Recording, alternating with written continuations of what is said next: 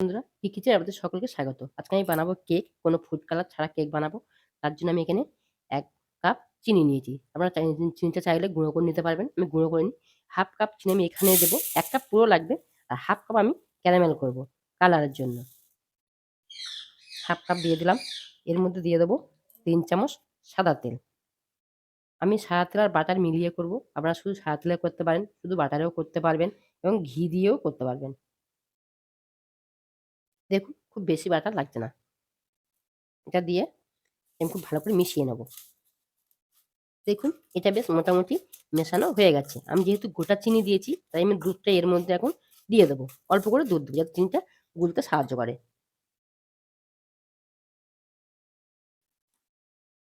দেখুন যতক্ষণ চিনিটা গুলতে শুরু করছে আমি ক্যারামেলটা রেডি করে নেব। কড়াতে দিয়ে দিলাম চিনি। এবারে দেবো অল্প একটু জল। এবারে গ্যাসটা আমি মিডিয়ামে দেবো যতক্ষণ না চিনিটা গুলে কালার আসতে শুরু করে। দেখুন হালকা কালার আসতে শুরু করেছে। এবার আমি নাড়তে আরম্ভ করব। দেখুন ক্যারামেলটা আমার রেডি হয়ে গেছে। আমি এর চেয়ে আর বেশি লাল করব না। আমি এর মধ্যে দিয়ে দেবো জল। এই জলটা আমি ৩ মিনিট ফোটাবো, ফুটিয়ে ঠান্ডা করে নেব।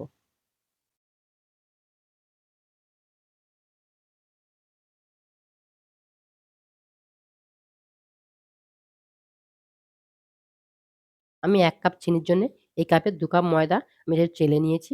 এবার দিয়ে দেবো বেকিং পাউডার। বেকিং পাউডার যা দেবো তার হাফ দেবো বেকিং সোডা। এটাও আমি ঢেলে নেব। এবার আমি এটা খুব ভালো করে মিশিয়ে নেব। ১ম এ ক্যারামেলটা দেবো, দিয়ে কম পড়লে দুধ দেবো।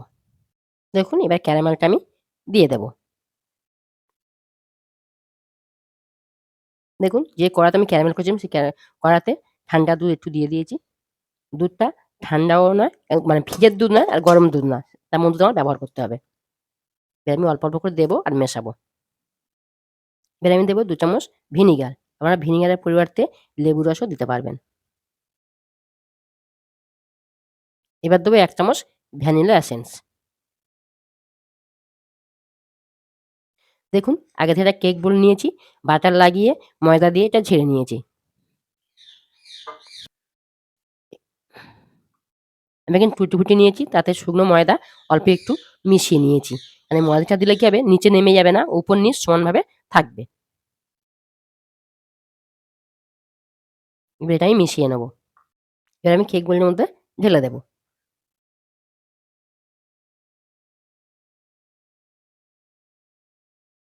এবার আমি একটু ট্যাপ করে নেব, যাতে ভিতরের হাওয়াগুলো বেরিয়ে যায়। দেখুন কিন্তু বাবলস হয়ে বেরিয়ে যাচ্ছে। এবার আমি আগে থেকে গ্যাসে একটা কড়া বসিয়ে দিয়েছি, বালি দিয়েছি আর স্ট্যান্ড দিয়েছি ৫ মিনিট আগে। গরম হয়ে গেছে, আমি বসিয়ে দেব, দিয়ে আমি ঢেকে দেব। এটা আমি ঢেকে দিয়েছি, ২০ মিনিট পরে খুলবো, খুলে উপরে ড্রাই ফ্রুট দিয়ে আমি সাজাবো। দিয়ে আবার ঢাকবো ২০ মিনিট পরে, মোট ৪০ মিনিট পরে এটা আমি খুলবো। ৪০ মিনিট হয়ে গেলে যখন দেখবো কেকটা হয়ে গেছে তখন খুলবো। সুতির কাপড় দিয়ে ঢেকে আমি হিটে আরো ২০ মিনিট রেখে দেবো। তারপরে দেখাবো। দেখুন বন্ধুরা কেকটা আমার রেডি হয়ে গেছে।